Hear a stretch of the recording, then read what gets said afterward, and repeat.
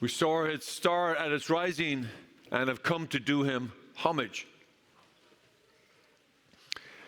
This is Matthew's gospel, and it's very different than Luke's gospel, which we read throughout most of the nativity, over the Christmas period, and celebrating all the nativity. In Matthew's gospel, Mary is barely mentioned.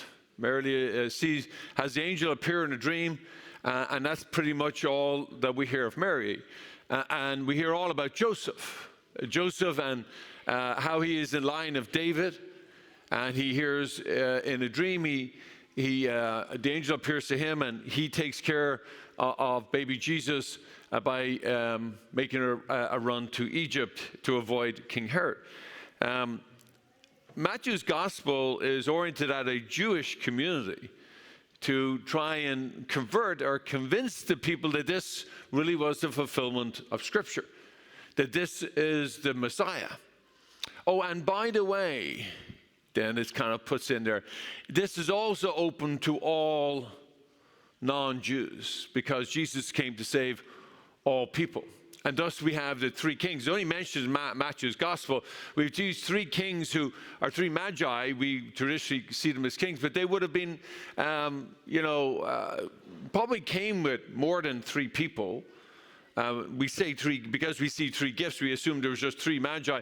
There were probably a whole caravan of these travelers who ascertained by navigation. They saw how stars work. That's how they navigated it. It's a completely different perspective of how the gospel is the fulfillment of Scripture, and now it's open to all people. And the Magi were foreigners, they were Gentiles. So they were bringing a message to the Jews.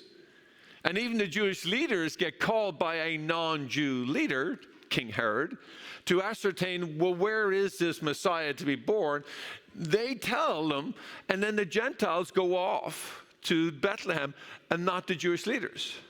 You can see there's layers of irony here that Matthew is trying to communicate to his Jewish audience, kind of waking them up. Hey, hello, stupid. It's the Messiah. The Messiah was born. You need to go to Jerusalem. You need to leave Jerusalem and go to Bethlehem. But they missed the point.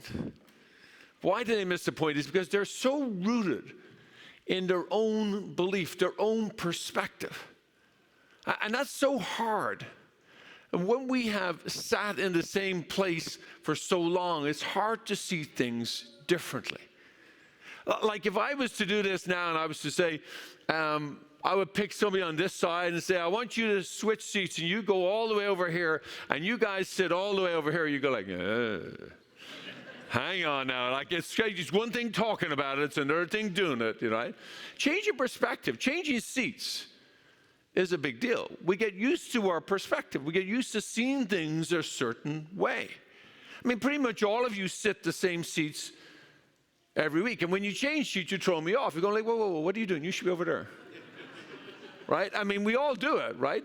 But we do it in our own lives. We do it in our own lives. We have our own perspective in our own life. And we see life through that perspective. There's a great phrase, I'm not sure who it belongs to, but the great phrase is, we don't see life as it is, we see life as we are. In other words, we see it from our perspective. Now, at the beginning of a new year, we're called to see things differently. If you would, to change our perspective a little bit, to kind of look at things anew. And that's what this feast day is all about, is that God manifests his love to all people, all nations, not just to us, not just to me as an individual, but to all people. But yes, to me in particular. See, what's interesting about these foreign magi, right, is even though they saw the star at its rising, they still had to ask the locals as to how and where the star was, what it meant. Because the star set over Bethlehem, but that doesn't tell you the exact house. So we got to get more specific. God doesn't just come in general to us. God comes specifically to each and every one of us. God comes in your life, in your life, in your life, in your life, in your life, in my life. And it's for us to see where God is manifesting himself in my life today. And to do that, we've got to look again at how God is. I want to share with you a little more about that book, which I mentioned before, the Book of Joy by the Dalai Lama and Archbishop Desmond Tutu. And it talks about how do we get to this joy, which is the ultimate goal of our lives, is to live the joy. And it's part of the gospel, to live the joy of the gospel. And they go through 8 pillars for the pillars of joy. 4 of them are for the mind, and 4 of them for the heart. The 4 in the mind are perspective, humility, humor, and acceptance. And then of the heart is a different set. It starts out with forgiveness, then moves to generosity, or gratitude, then it moves to compassion, and then generosity. Now, I'm not going to go through all 8. I just want to go through the number 1, perspective, because I think it changes everything. I think the challenge for us is that, sometimes we get frustrated and our emotions kick into something. And it's very hard to change your emotions, whether it's an interpersonal relationship in the family or with friends or with a situation. Once we've got emotional, it's very hard to change it. But what you can do is we can change perspective before. And we can change even perspective in the middle, which will determine our emotional output. So let me give you an example. 2 people can get involved in the same accident and have the 2 different results. They both have the same result. Both, let's say, get involved in a car accident. They both are paraplegic as a result of the car accident. One is sour and bitter for the rest of his life, sees this accident as taking away everything that he had. The other sees this accident that she's been given a second chance at life and she almost died, and she sees it completely different. Same accident, same result, but 2 different final results. Why? Because of perspective. Now, I think I've got a bazillion examples I could personally give that there are people who get cancer or get very, very sick.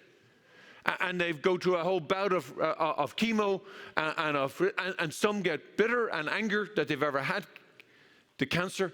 Others are just grateful for a second chance of life and see it as a new opportunity to see where God is working in their life.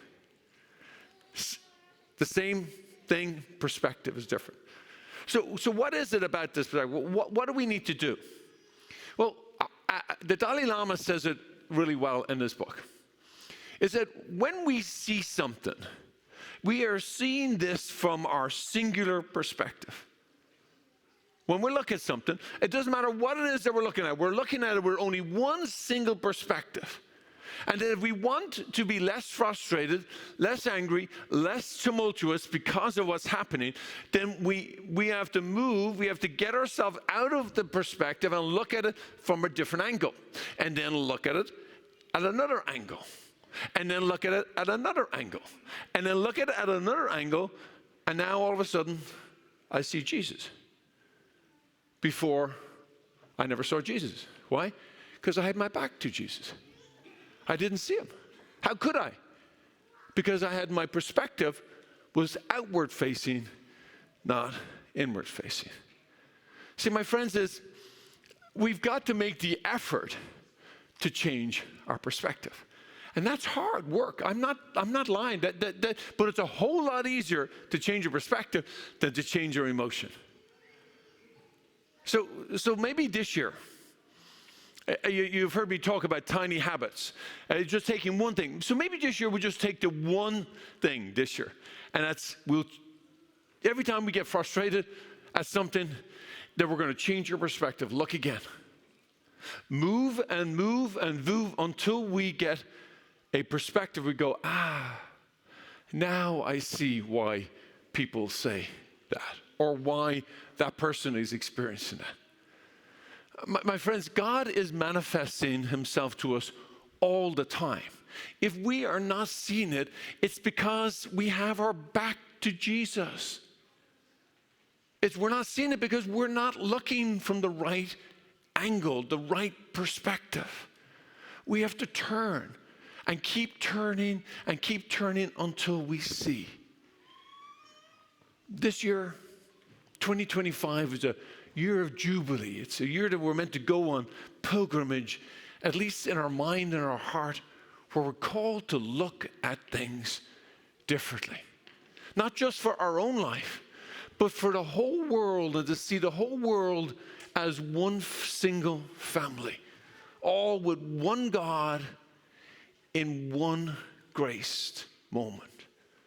My friends, let 2025 be the year that we always change perspective. And we see the God who manifests himself to us and to all nations everywhere.